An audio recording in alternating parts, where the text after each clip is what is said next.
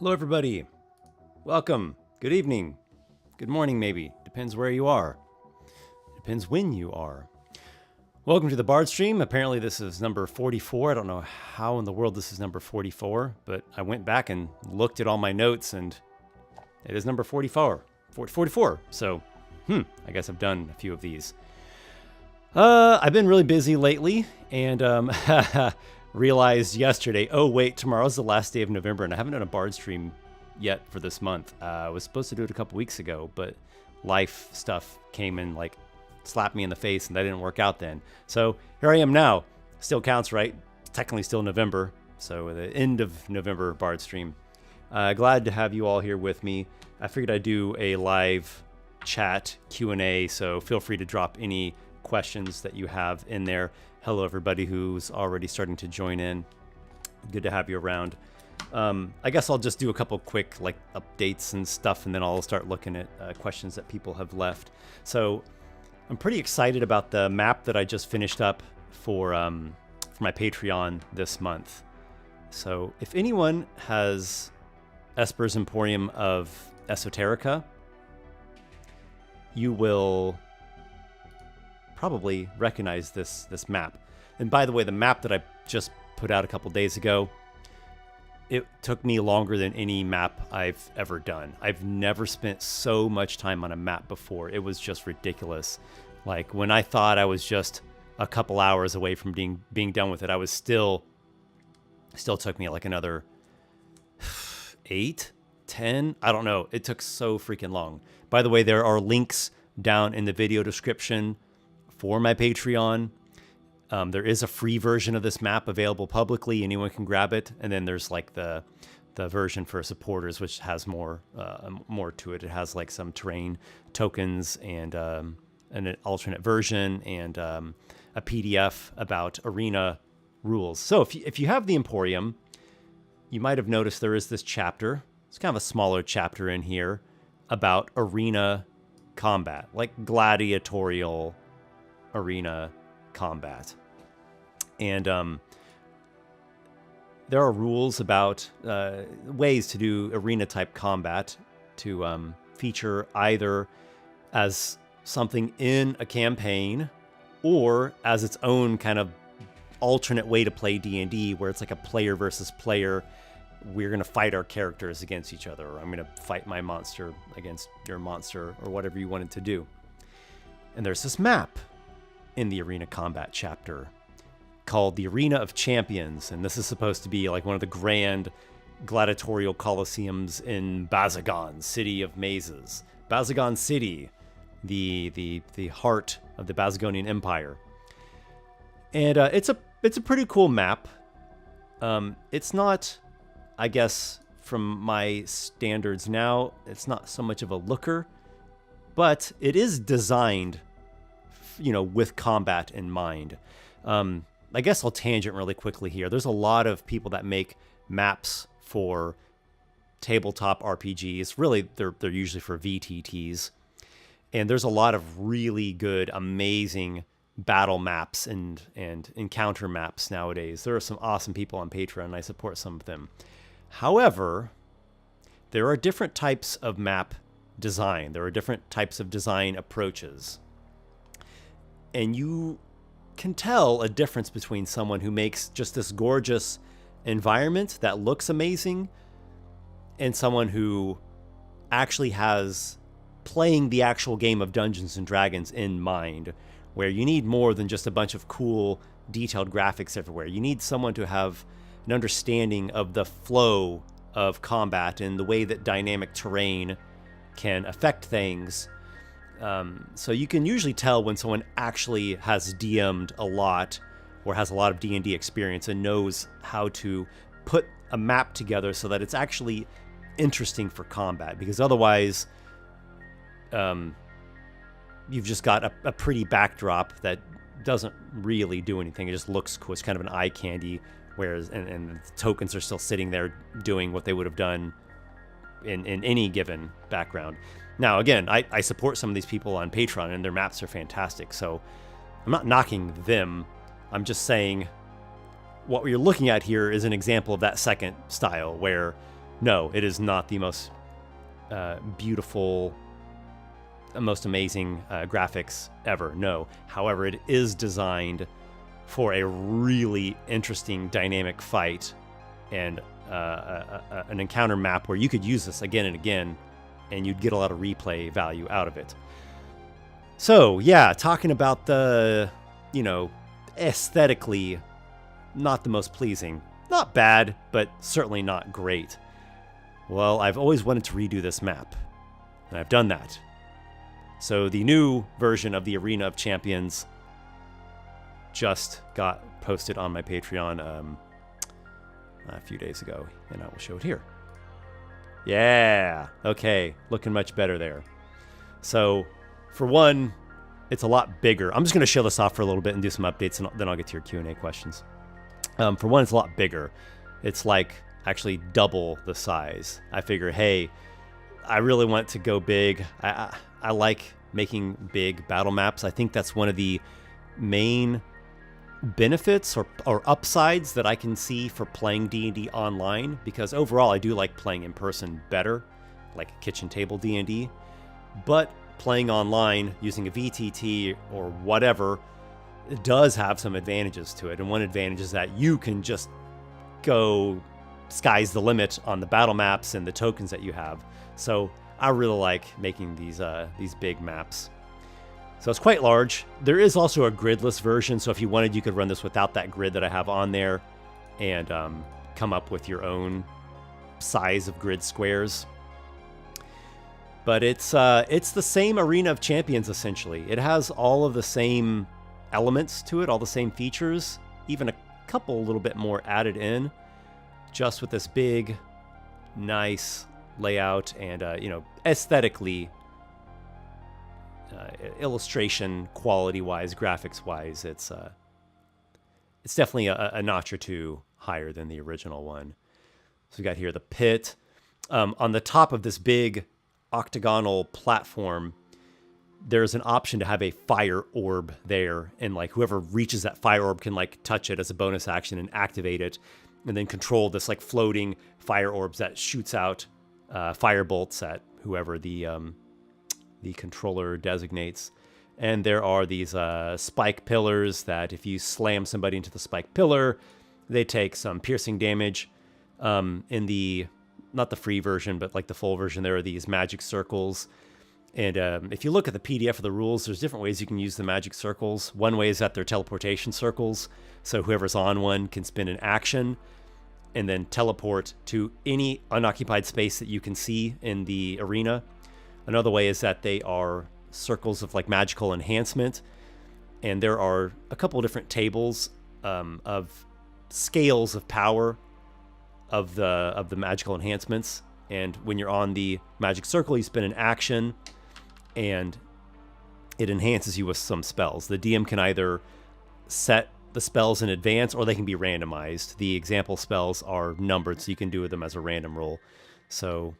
And again, they're like graded in like 3 tiers of power for like different levels of play.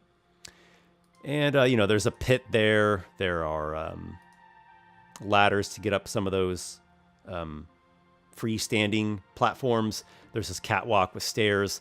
There are also these like suggested starting spaces as well. And you can use the starting spaces in some different ways.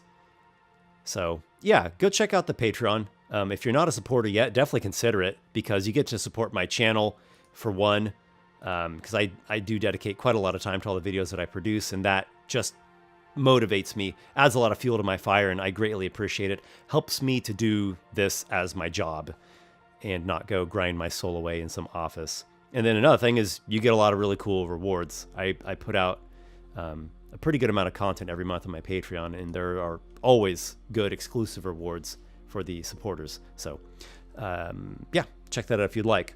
What else do I have for an update? Maybe Monstrous Heroes. I won't talk about Monstrous Heroes too much.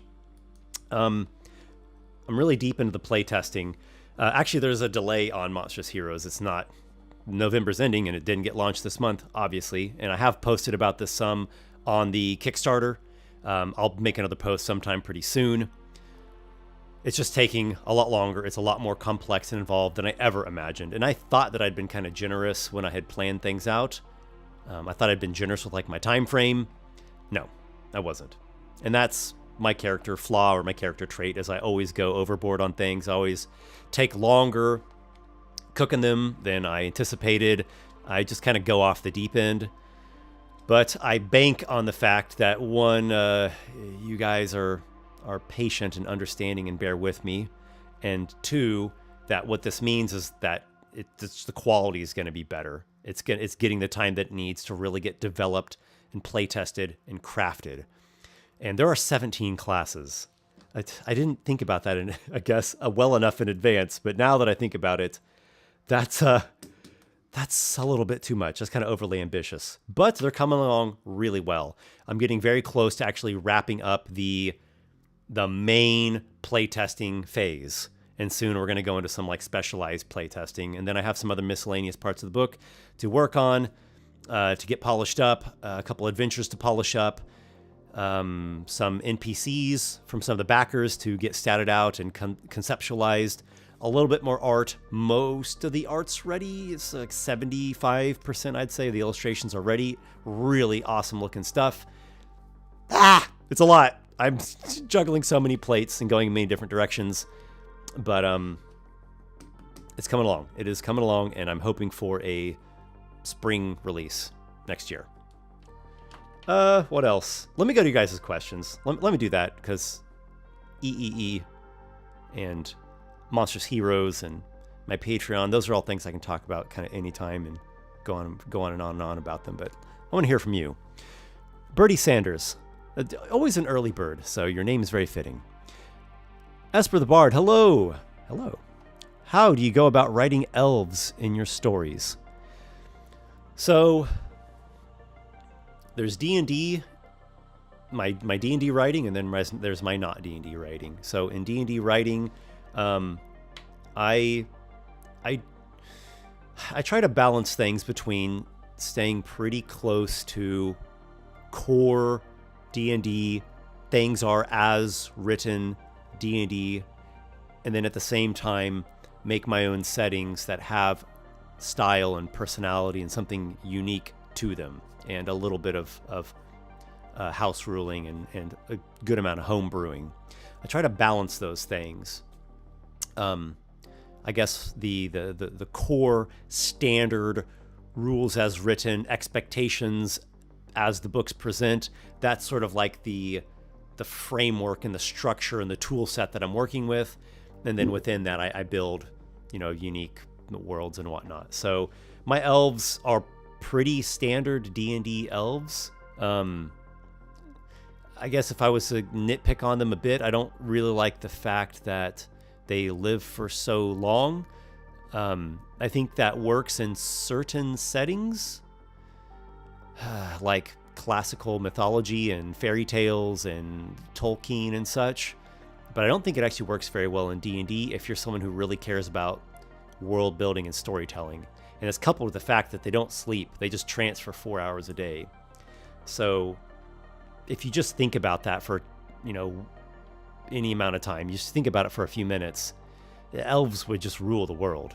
I mean, they live for so long and they don't need to sleep. So they'd be so much extra time that they can devote to doing things, and they're magical. They have innate magic. So, and I think gnomes and dwarves are kind of in the same camp here. I don't know why those races just don't completely dominate the whole world. But I like elves as much as anybody else. And then not D&D. So that would be like my fantasy novels that I've been talking about for a long time, that I've been working on for like a decade. In the beginning, I was using elves, and I've long since cut that out. So we're talking about Novara here, and like my more serious writing. My D&D writing is a little bit more, very high magic, very high fantasy. Is kind of grounded. It does kind of draw from realistic things and historical things, but still is a very high magic world with like all kinds of different creatures and kind of a kitchen sink thing. So no, like in the novels that I've been working on for a while, that series, They're not elves. They're just people. Just people. We would call them humans, but the word human is not in the book.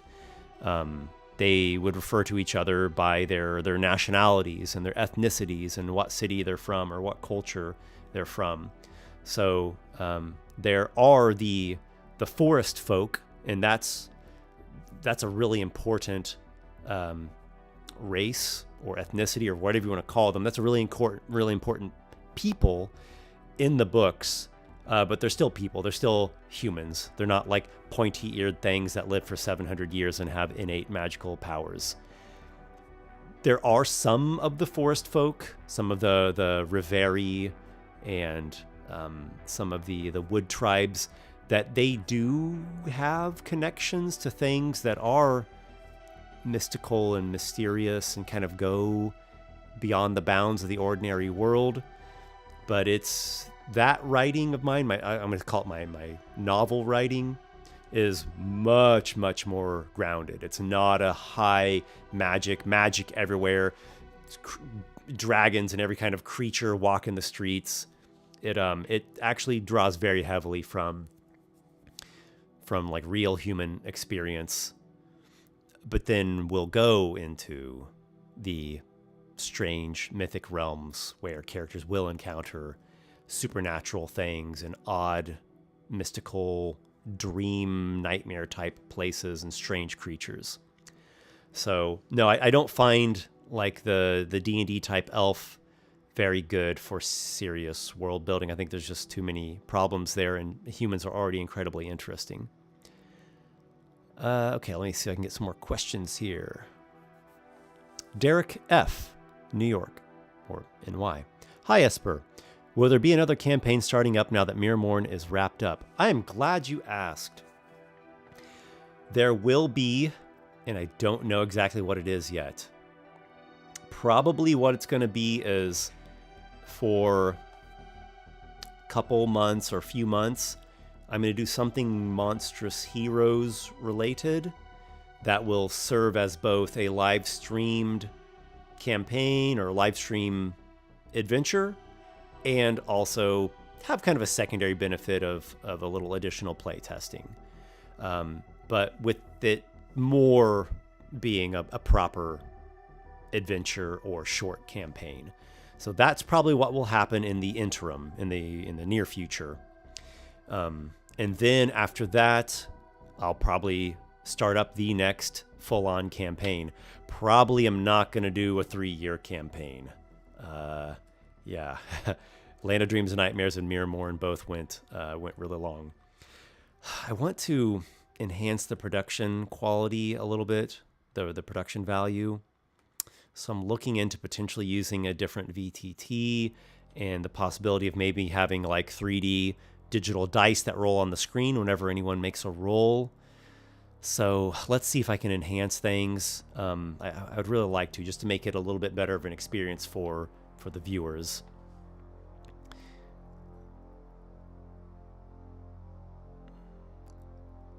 Hey Jeff, how you doing, man? Glad to see you here.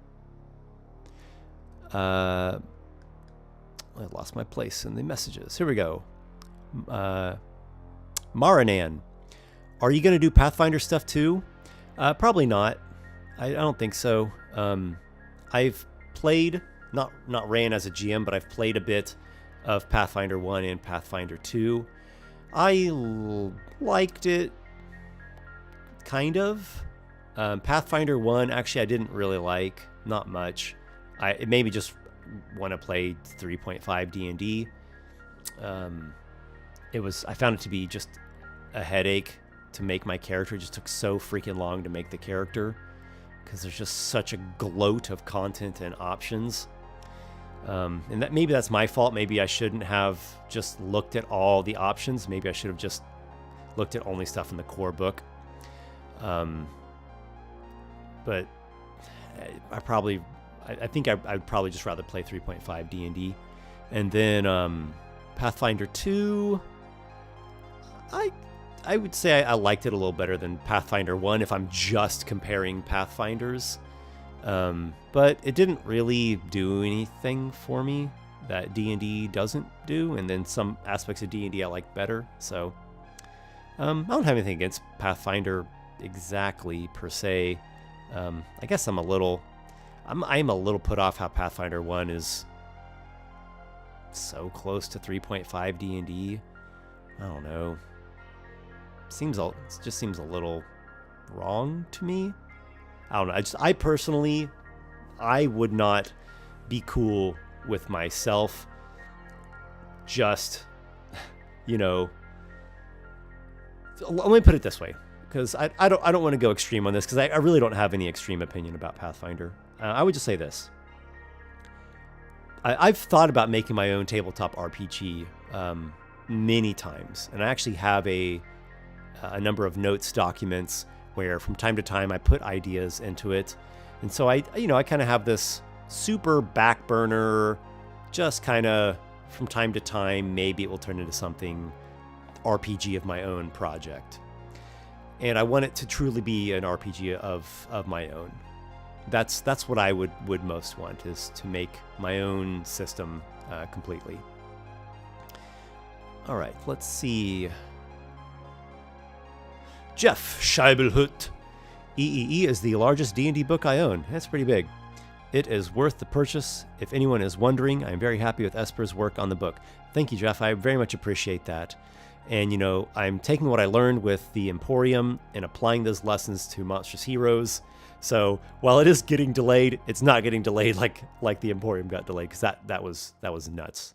If Monstrous Heroes is overboard, the Emporium was like overboard, and then I went down into like a sunken ship under the water, and then went overboard off of the sunken ship down there, and then like 6 krakens grappled me. That was let's just say that was a learning experience, and there were a lot of problems and challenges throughout that whole process. But through great suffering we get great art, I guess. And Monstrous Heroes is benefiting from things I learned there. Ma's Parasite 2. What happened to Escape from Scornhold? It's a good question. We are supposed to do the continue that adventure. That might be what the in the interim live stream is. It might be the continuation of Scornhold. That is very much a possibility. Okay. Took33. Have you ever thought about trying Fabula Ultima or Fabula Ultima? Sounds Spanish or Portuguese. Ultimate Fable. I am not familiar with it. So I can only give the most generalized answer I can think of, in that I like trying any game. I'm pretty much open to trying any game. Since I do spend so much time and energy GMing D&D, I usually prefer to sample new games as a player and not as the GM. And luckily, from time to time, I do get to try out different game systems. And I really like trying different games. Every game kind of has a little something special to it. Like it kind of does one thing or maybe a couple things really great, or maybe even the best. And I always find that very interesting. Ranieri. Hello, Esper. Hello, Ranieri. Boa noite. Or maybe for you, it's like early morning. Okay. Let me get to the next question here. Rundare says, do you have a favorite monster from your Emporium of Esoterica book? That's a really good question. I'm not usually great with favorites because I like so many things, like movies, books, music, etc. It's hard to pick favorites. But a couple that I like. One that I really like is the Dobo Dame. Maybe I can show it off here. I'll try not to take too much time, because I could really go a little crazy talking about these books, because these are, passion projects. Okay. Let me show you this one called the Dobo Dame. I like how this one turned out quite a bit. Really cool illustration by Ayla Husseinovic. This creature is Oh, you're not seeing it. Oh, sorry. Let me switch this here. Oops. My bad. There we go. You're probably wondering, what? That's just the arena illustration again. This creature, first of all, is one of the most unique creatures, just visually, that I've ever seen. What I did with this monster was I was getting close to finishing like the basic design of the book, and I just had it was the artist, really. It was Isla. I just had one more commission to, one more piece from her on her contract, and every artist is different. Every artist has a little bit different of a style, of a method that they use, of the tempo and the speed, or not so speedy way that they turn in the pieces, and some like a lot of direction and detail and things to be really well defined in terms of the art directing and the concepts. Others, like Isla, I discovered that she really did best when she had a lot of creative freedom. And so I told her, I want you to have a completely blank slate with this monster. I'm giving you 100% creative freedom for this illustration. I want you to just tap into whatever inspiration you are currently experiencing in your mind, in your life, in your memory, in your heart, whatever is brewing in there, whatever is slithering around in your dreams and nightmares, and popping up in your daydreaming. Tap into whatever that inspiration is and run with it and go as far as it'll possibly go. Like, take it all the way down to the bottom of the abyss, to the bottom of the rabbit hole, to the heights of the heavens, to its extent, to its max. And to some people, that sounds just like a bunch of wishy-washy, artsy-fartsy nonsense. But if somebody's like a very creative, very open type person, that's like it's a wonderful thing to hear. It's like music to your ears.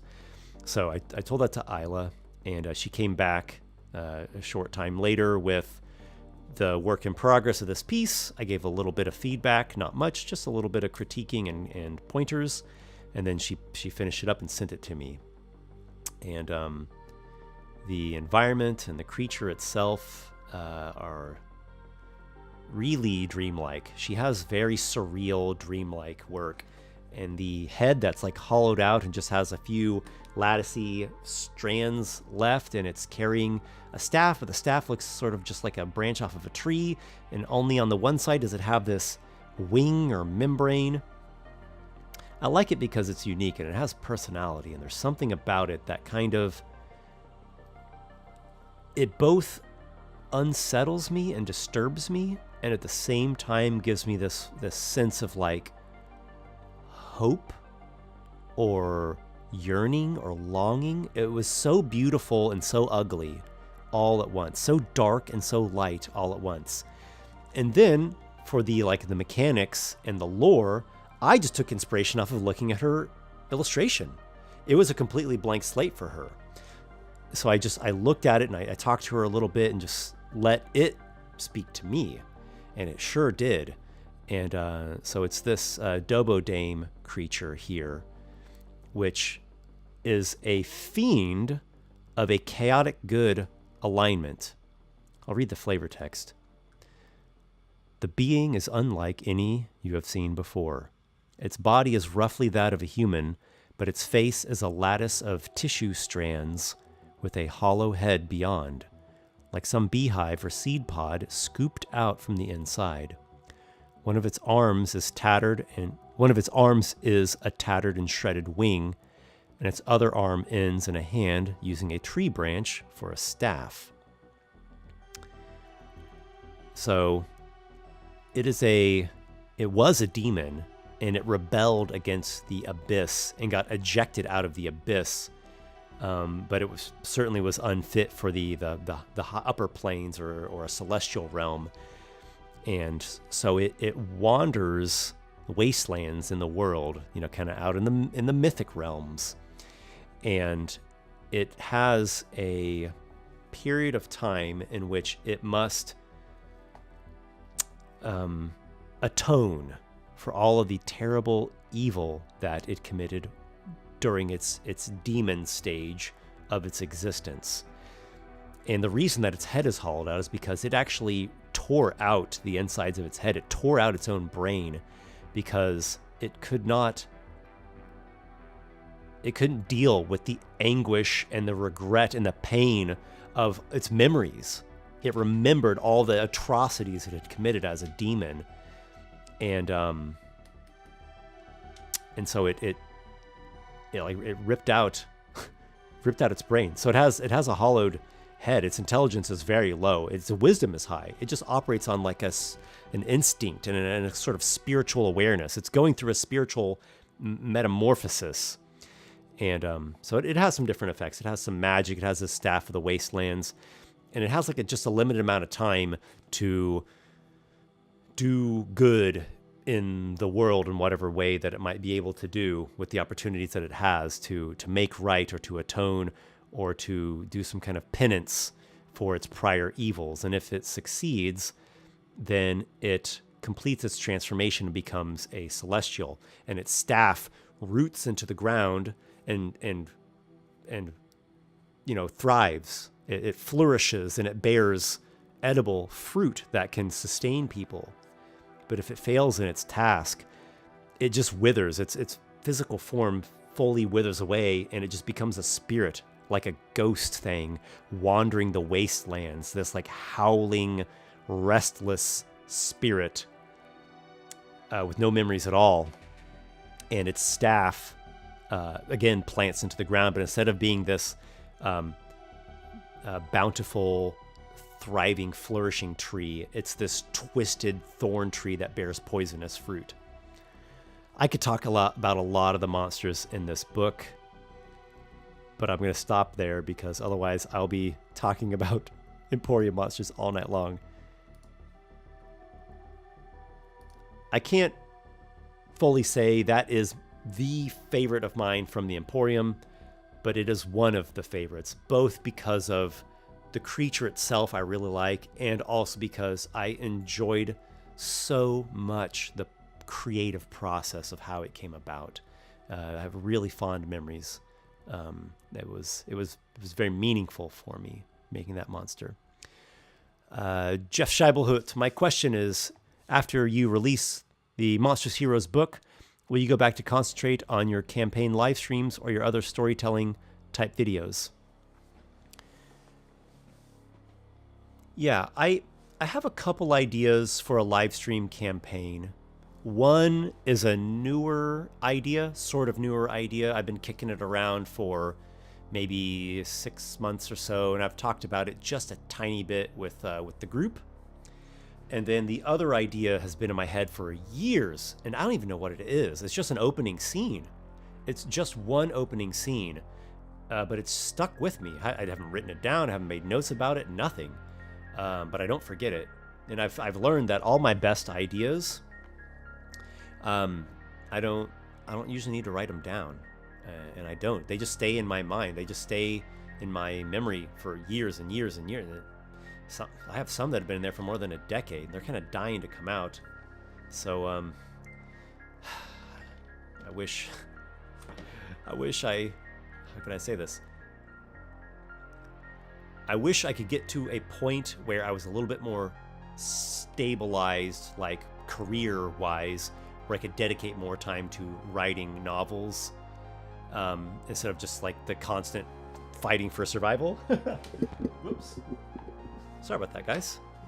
But all in due time. I think everything has its function and its purpose, and I think when the due time is right, when the ready time has come, the opportunity will present itself and I will seize it. I've also been thinking about another Kickstarter project because I want to do something after Monstrous Heroes.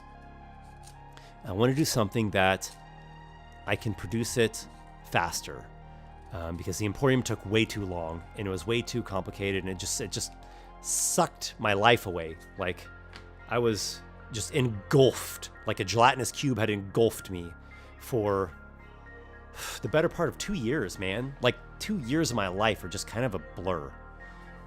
Monstrous Heroes has not been that crazy.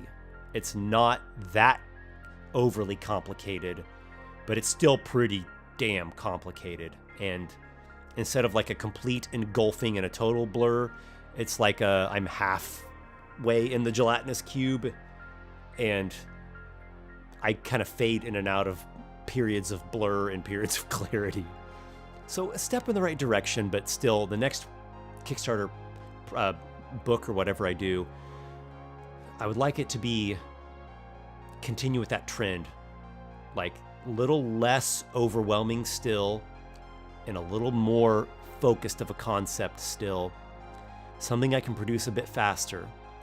And it might be a campaign, it might be a 5e campaign, and something that's like it is made to have the Emporium and Monstrous Heroes connected to it, but not required to have those books.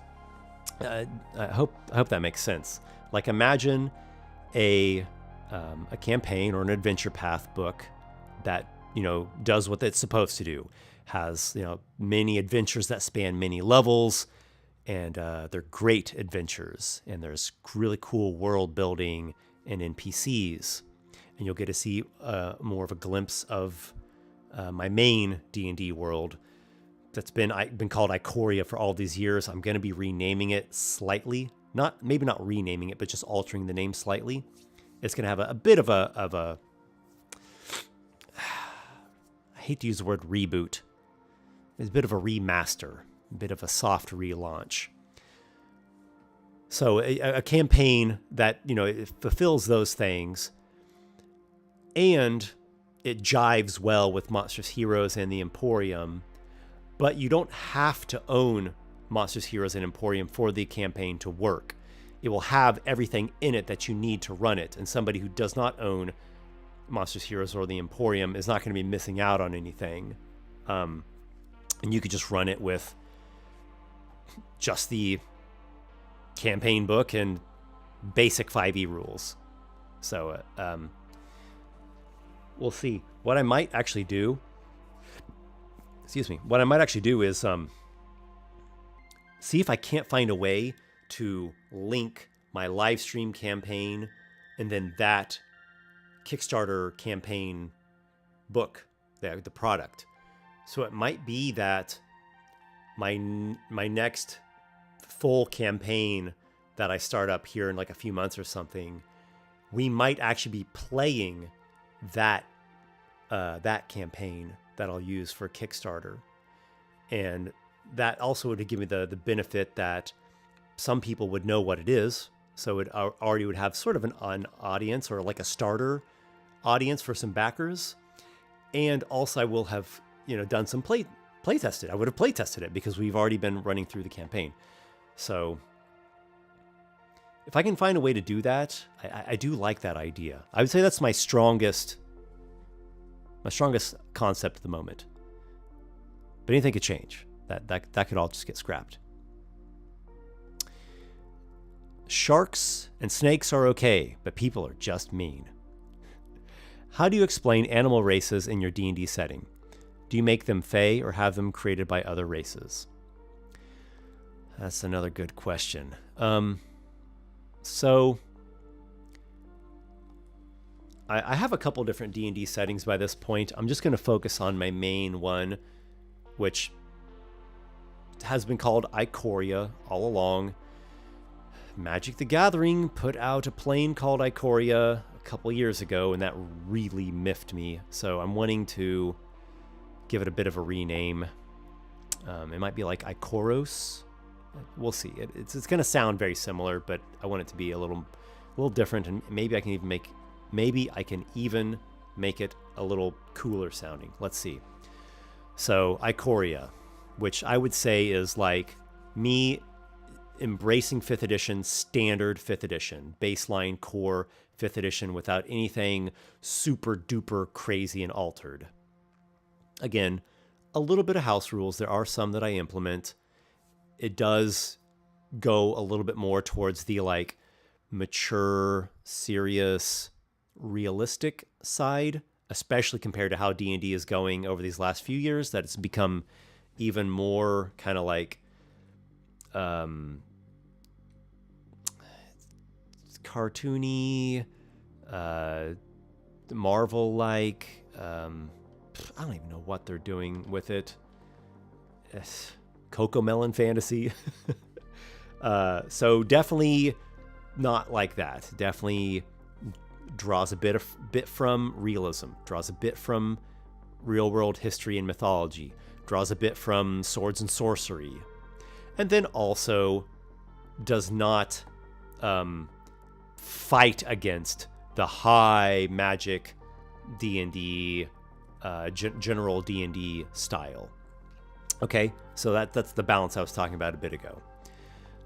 Animal races are one element of that balance. So I don't use just every single animal race out there. I don't do it. I'll use some of them, right? Like lizard folk, for example, right? So it's hard to really explain why certain animal or beast folk races work for me and others don't. It might just be some come off more goofy than others. Like Minotaur and Yuan-Ti, I think are really cool. I like them a lot. But then like Owlin, I think look really dumb. They look like something out of a children's cartoon. Nothing wrong with children's cartoons. Certain things I don't like them bleeding over, personally. So, and I think you can really go overboard with animal races, right? There's rabbit folk and fox folk and penguin folk and just everything folk. That's not my cup of tea. I like things, like I said, to be a little bit more grounded, a little bit more realistic. Now, I'm going to give you the big asterisk that goes along with that. I'm also a DM that really, really believes in giving players the freedom to really play the character that they want to play. That's a really big deal to me. I really prioritize the player's freedom highly. So here's what I tell the players. I say, in this world, there does not exist every single kind of animal folk race that you could think of.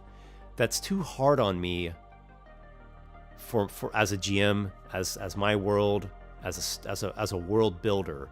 It's too much for me. It goes overboard to me, and I'm trying to develop a style to this world. I'm trying to develop a tone, and if I allow just every single animal from Noah's Ark into this world as anthropomorphic beast folk races, it's going to overwhelm things. It's going to hurt the style.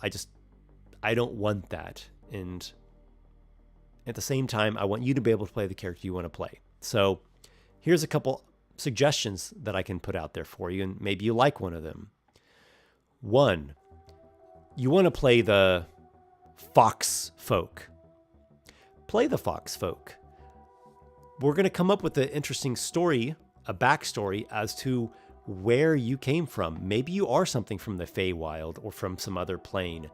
Maybe you're one of a kind. Maybe you've been magically shaped this way. Maybe you're just an anomaly. There's something unique about you. You're not going to come across many fox men in this campaign. Kitsune. You're not going to come across many kitsune in this campaign. Maybe none at all. You might be the only one that exists in the whole universe. But let's come up with an interesting story as to why you are who you are. Okay, option B. There aren't any fox folk. It just doesn't exist. But we can just reskin the kitsune. Take all those racial traits that you like, and I'll help you reskin it. You could be a human, but there's just something slightly fox-like to your features. Haven't you ever met somebody that looks kind of like an animal? I see people all the time that I think remind me of animals. Like, some people I see and they're like, huh, that guy looks like a turtle. She looks like a lion, and, you know, she reminds me of an ostrich. She's just kind of like tall and has this long neck and just kind of talks like that. Like that. And people always remind me of animals. I got a friend who reminds me of a cat. And you could be a human that just has a slight vulpine look to them naturally. And you're crafty and swift and cunning. And you've got these innate powers behind the scenes, the kitsune racial traits, just reskinned. We did that with Vince's character, Vapor, in Mirrormorn.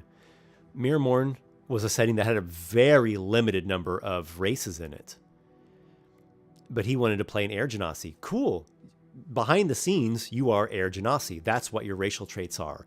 In the actual game world, you are a human, but you have elemental influence in your bloodline. So you're not going to expect to come across this like race of Genasi, but you are that, and there's a reason for it, and that's tied into your personal story, and we'll tie it into the campaign during some chapter in the campaign. I could probably say that all that I just said. I could probably say that for any race, not just the beast folk. But I think for me, it's a beast folk is a good example. Pisa. I like the idea of some Monstrous Heroes play on stream. Yeah, I want to do some more of that as well. Where I do these Bard streams where I just run Monstrous Heroes playtest fights. I'm going to do some more of those. I've really been so deep in the playtesting and the developing, and things are really coming along well. Some of them are almost just totally done. Some of them are just to the point where it's just like that last coat of polish. Others, they still need a bit more cooking. And then we're going to do this like finalizing or secondary playtest phase. It's going to be a shorter playtest phase. And I'm basically going to tell my friends and playtest guinea pigs, you know, hey, try to find ways to break these classes and come up with overpowered combos. Multi-class them. Give them magic items that exploit some feature. Please help me find potential landmines that are lurking in these classes. Floopy. Just lost it. Sorry, guys. I think I'm really, really behind on messages. Oh my. I'm very behind on messages. I always do this. I need to learn how to answer questions in a shorter fashion. Okay. Floopy. What's your opinion on the Underdark in 5e? I feel like it's a bit boring, like there's missed potential. Well, I've always found the Underdark to be a really cool setting. I like it as much as anyone else. Is it better or worse in 5e? I mean, it got more support, I would say. Well, there is Out of the Abyss. The Out of the Abyss campaign module in the Out of the Abyss campaign in 5th edition. And that has quite a bit of Underdark, right? I've never played it, but I've watched a little bit of it. I'm trying to remember who was running it. It might have been Chris Perkins, but I could be wrong. But 4E and 3E had some nice Underdark books, like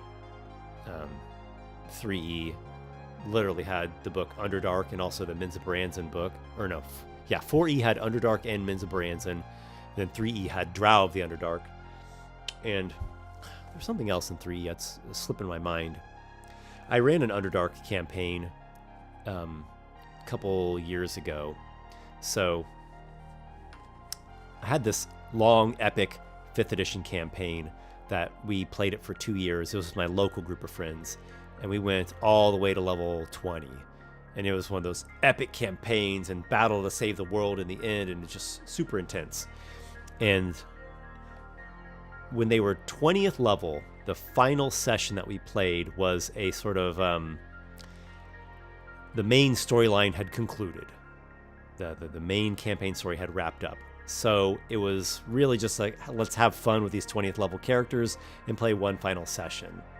And in this session, the characters were alerted to a colony down in the southern wastelands continent called Jaya. There's a colony that is being established by the Basgonian Empire, and the players were contacted via sending from the constable of this colony.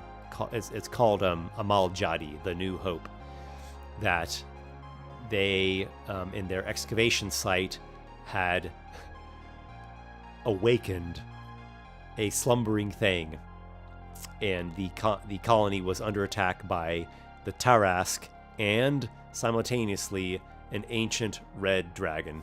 There are story reasons for this. I'm not going to go into it because I don't want to take forever answering this question. So the characters teleport there to Amal Jadi to take on the Tarask and the ancient red dragon, and they are 20th level characters that are full on resources and spell slots and hit points, and so you can imagine they just whoop the asses of these two monsters, because 20th level characters are ridiculously powerful. So the dragon gets slain, the Tarask gets reduced to 0 and is pulled back into the womb of the earth to slumber for an untold period of time once again.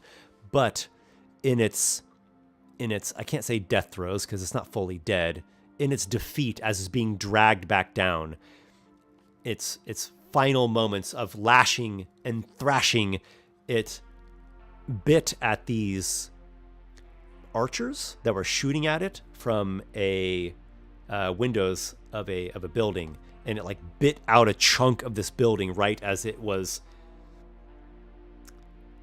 essentially paralyzed or put into a magical slumber and sucked back down beneath the earth.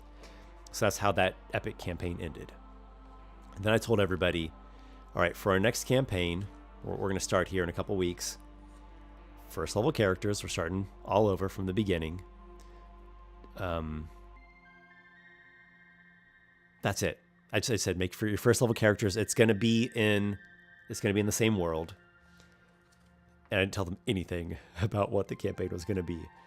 The opening scene of that campaign was that attack. So, like, just went back a little bit to that night when that attack happened, and their characters were, in the middle of the night woken up, and there are these, low-level guardsmen, treasure hunter explorers in this colony down in this wastelands kingdom, and they're watching, through the window, hearing the screams and seeing this like disaster, this cataclysm that's unfolding in front of them as the Tarask and the ancient red dragon are attacking the city.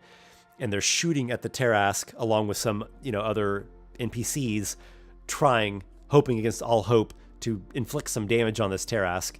And then they come, the keepers of the Silver Flame, Anji, the Dragon Emperor himself from Bazagon City, and his very allies, Elka and Yoni, who became the Labyrinth Lord. They arrive. The saviors are here.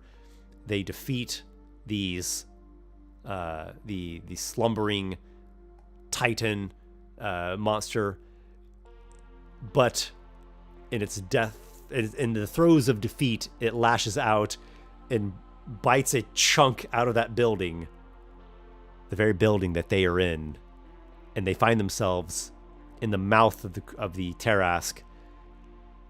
Luckily, are not swallowed as the thing is put under a mysterious slumber and is sucked back down beneath the earth. And so they begin, first level, crawling out of a Tarask's mouth in the Underdark, and their gear is missing, and they searched to try to find their gear, and so they did find bits of their gear, but just a little bit. They didn't have much equipment at all. Like, the wizard luckily found his spellbook. That's like the one thing he found was his spellbook. And, one character found like a shield, and another character found a pouch with, I don't know, some rations in it. They really didn't have much equipment at all. So yeah, first level, Underdark, survival, hardcore campaign. It was an awesome campaign. They made it to like 5th or 6th level, all Underdark. And then they made some really crazy, rash decisions at this Drow city. And they did not survive that. They did not survive that. Well, actually, technically 2 of them survived, just captives of the Drow. Okay, I promise I'm going to answer the next questions faster. Jaded Wolf, Esper, love the Emporium. Can't wait for Monstrous Heroes. Thanks, dude. Thank you too, Jaded Wolf. Much appreciation. Sharks and Snakes, sorry for being so blunt and forgetting to say hello. Esper, how's your day been? Thank you. I appreciate you asking. It's been pretty good. Had a bit of an anxiety attack earlier today just because I'm just doing so much, and I'm like, YouTube videos and Patreon and maps and this playtesting of Monstrous Heroes and finishing the classes, and I got these adventures I gotta finish up, and I'm like DMing a couple campaigns, and I gotta figure out what I'm doing for my live stream, and I gotta put out the final playtest adventure path for Monstrous Heroes on my Patreon, and wife and children, and somewhere in there a bit of social life. Whew.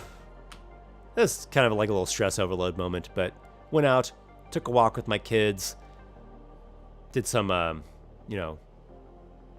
breathing. It always helps to do some good breathing, kind of refocus my mind. Prayed a bit in a way, in a sort of prayer and visualization put together. That's always very helpful for me. It's good to refocus and recenter, to reorient to my higher calling, let's say, to something greater and beyond just the misery of any given one moment. Talked to my wife as well. She gave me some words of encouragement and got me through. Yeah, glad to be here, guys. Glad to be here with you. Nicholas A. What is your process for world building your own setting? Do you start with a defining event, a race of people, a name, and where do you go from there? Good to see you, Nicholas. Awesome question. I've addressed this in a couple other Bard streams, so it would be worth going back and checking those out. It should say in the title, like world building was the topic. Really good question. There's not a right or a wrong answer. Sort of like what I said earlier about artists. There are many different approaches, and each kind of will have its own pros and cons, advantages and disadvantages. So you've asked about my process, so let me see if I can give you a more specific answer just about mine.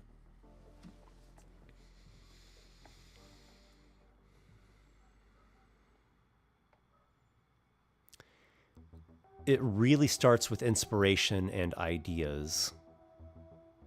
So it starts very loose, open, kind of mysterious in a mysterious way. Sometimes it starts with a dream, like an actual dream that I have when I'm sleeping. And sometimes it's a dream in a more generalized sense, like a daydream or just, images and thoughts that will come to you whenever, when you're taking a shower or driving or doing something where you're not like just zombifying yourself on a cell phone. So it always starts with this aesthetic, creative imagery, right? It starts with some kind of imagery.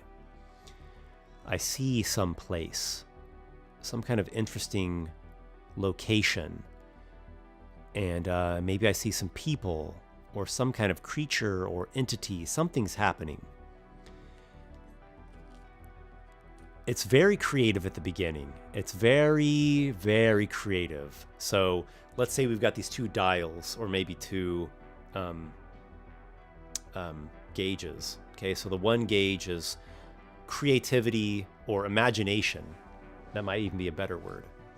So there's this imagination, creativity gauge.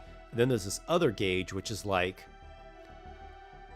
logic, right? Like your rational, logical mind, where you're editing things, you're figuring out rules, how do things make sense. You got to do a lot of revising and developing. It's very it's kind of like left brain and right brain. So for me, it starts with that left brain, the creative realm of imagination. For the lands of dreams and nightmares, I'll use that as an example. I had this dream one night where I was in a fantasy realm of sorts. It was a little bit of a colder place, and there were some trees to one side. Mainly there was this big open battlefield area, this big field. And there were two armies of undead clashing, and each army was led by a different sort of controller. Each had some kind of different magical person controlling the armies of the undead. And one army was like a zombie army, I would say. Like they had taken bodies and animated the bodies, and some of them were even like modified. So it had a very like wizard, necromancer, or almost a like a flesh golem artificer type vibe to it. And then the other army was a different type of undead. It was like binding the souls of creatures, and there was something very nasty controlling them, like a lich. So there was that army was like, you know, abominations and specters and wraiths, and it was, maybe we could say like a very evil undead army versus like a lawful neutral undead army, something like that. And there was a tower as well. There was a tower in the distance. I knew the tower was important for something. And I just let that idea, that scene, run through my head over and over again. And I kind of, you know, daydreamed with it and kind of ran with it one way or another. And then I got to my right brain and was like, okay, who are these people actually? What is this place? What are the names? How do they relate to each other? And I'm like, okay, well, there's the tower is where the archmages are, and the archmages, there's like a council of them, and each one, you know, governs one of the schools of magic. So it's like the 8 arch wizards of the Silver Tower. That's what it is. The Silver Citadel. The Silver Citadel. That sounds really nice. Rolls off the tongue. And the Archmage of Necromancy. He's the one that controls that undead army. And you know, this is like a legal, sanctioned undead army, and they do not bind any souls. These are corpses that have been, you know, prisoners that were put to death, or people that died in previous battles. They did not break any laws or commit any kind of evil acts to get these bodies, and they're just reanimated or artifice engineered bodies. And then the other is this lich, but she's a female lich. I know that, and she's really nasty, and like she'll, you know, warp souls into undead wraiths and whatnot. And it's an island nation, and she actually was a merfolk. She's a merfolk lich, and she has this water castle up there on the northern side of the island, and it's very cold up there on that side of the island. A big island nation. And the name of it is Dreckengrim. The name just came to me. So there's a process that I will use more often than any other, is something like that. Let me get to some more comments and questions. Skeleton Key.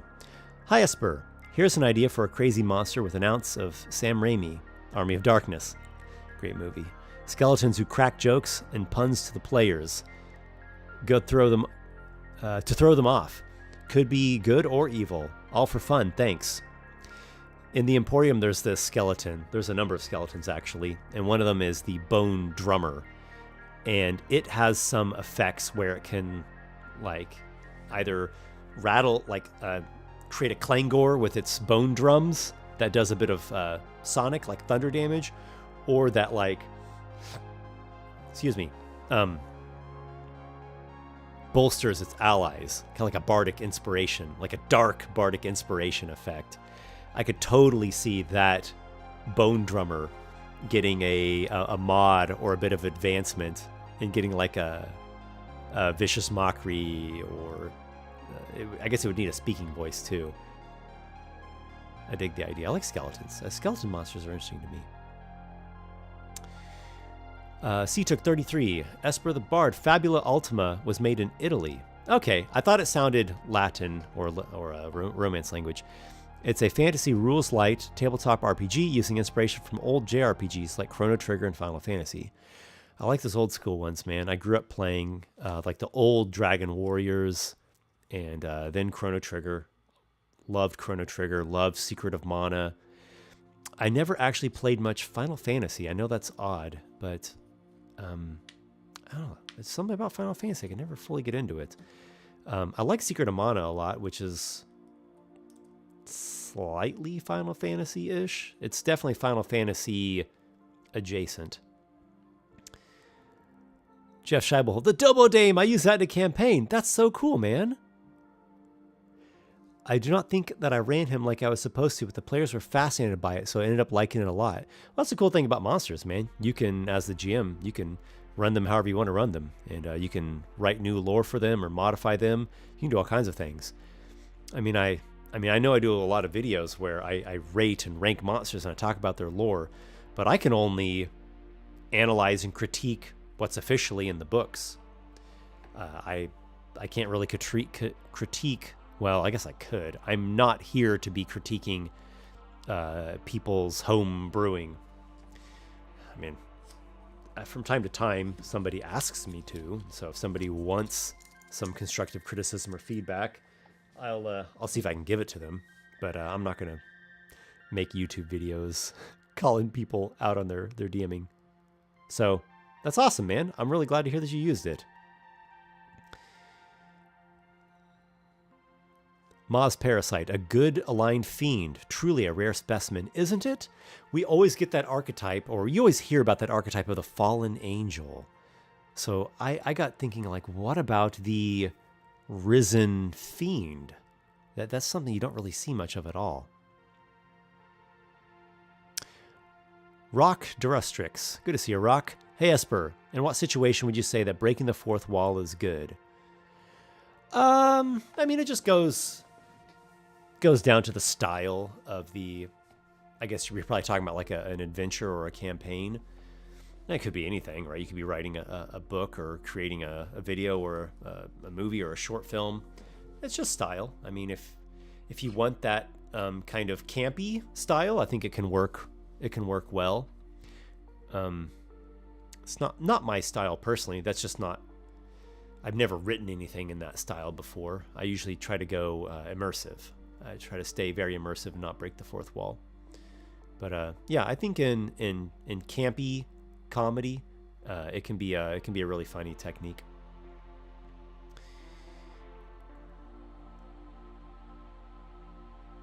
Let's see if there's any other questions. I might be getting caught up. Jeff Scheibelhut. Ooh, pretty please, write a campaign. Good as you are at storytelling, in past campaigns you've written, a campaign book would be absolutely amazing. It's my strongest lead at the moment, man.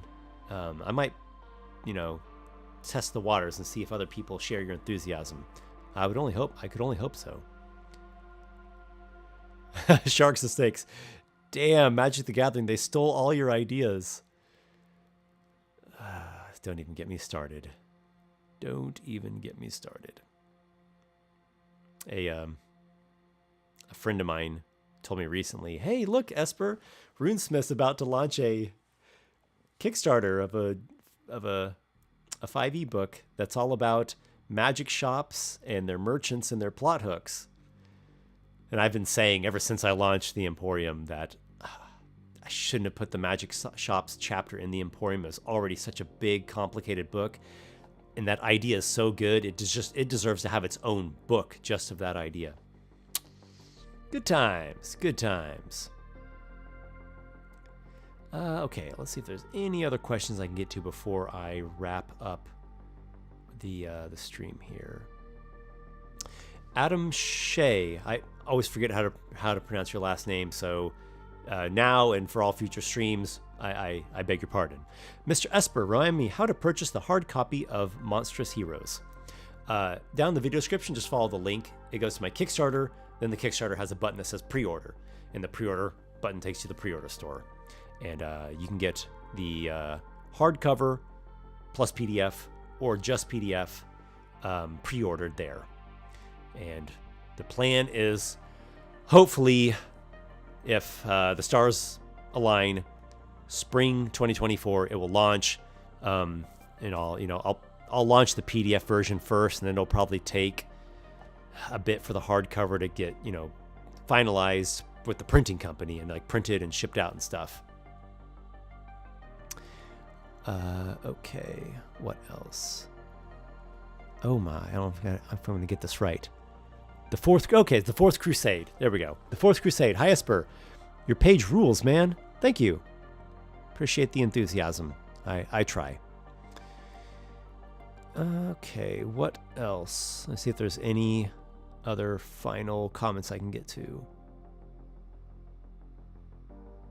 Neo, I remember that the Terras stomach has a very strong dissolving power. Perhaps the saliva could melt their equipment and cause some damage.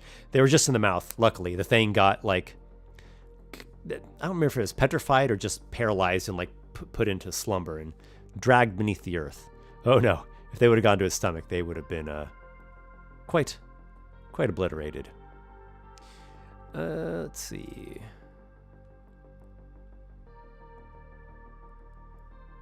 Okay, I'm going to do the last one here. It's from the Fichoso Corner. How do you feel about the current state of the Elder Scrolls games?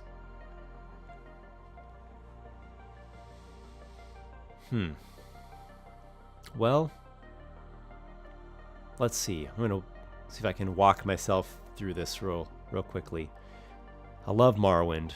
Morrowind is probably my favorite game ever. I don't think there's a lot of games that I really like that have meant a lot to me over the years.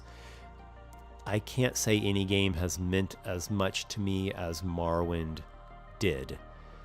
And every once in a while I'll still go back and play it a little bit. I still enjoy playing it, even though it hasn't aged so well. But I don't know if I would want it to be remade. I know there's Skywind, the Skywind project, and I've watched those videos, like the production update videos, and there's part of me that thinks it's pretty cool and interesting looking, and there's another part of me that just, I like Morrowind how it is. Okay, and then Oblivion. I played a lot of Oblivion, and then just really, there are things about Oblivion that I don't like. And then Skyrim, kind of the same thing. I played a lot of Skyrim, but there are just things about it that I really don't like. I like the exploration. The exploration in Skyrim is so cool. But the writing, the voice acting, the storytelling, the story, the world building, all those sorts of things, quite lackluster in my opinion. I was not very interested or satisfied. And then what? That was 11/11/11 when Skyrim launched. I was there. I got it like literally like that pre-release, not pre-release, but like the release night. So it's been 12 years. They announced Elder Scrolls 6 like some years ago, a few years ago. I don't know, man. I don't have a lot of faith in any big name anything at the moment, and I know that sounds like jaded and cynical, and I'm not usually one to get too jaded and cynical. It's just kind of any big name anything, whether it's games, movies, what have you. Things have just become very corporate, very corporatized, very hyper commercialized, very infused with like modern day real world social political topics. I'm not into any of that. It's not my thing. I'm not someone that gets into fads and trends. So we'll see what happens. Maybe Elder Scrolls 6 will be amazing. I hope so. I would certainly hope so. I would love it to be. I still need to play Baldur's Gate 3. I still need to play The Witcher 3. I'm so out of loop with video games. This is probably not the answer that you're hoping for. Bethesda games are a super hard sell. I haven't liked any of... Well, I shouldn't say that.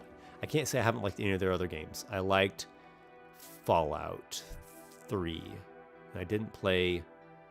What was the last one I did? Was it Fallout 4? I didn't play that one, but I've heard it's quite good. So I liked those. But anything else Bethesda I've played, I didn't like. Like, what's that one? Forsaken? Forgotten? Forsaken? Dishonored. Dishonored? Oh my gosh, can't remember the name of it now. I think it's Dishonored.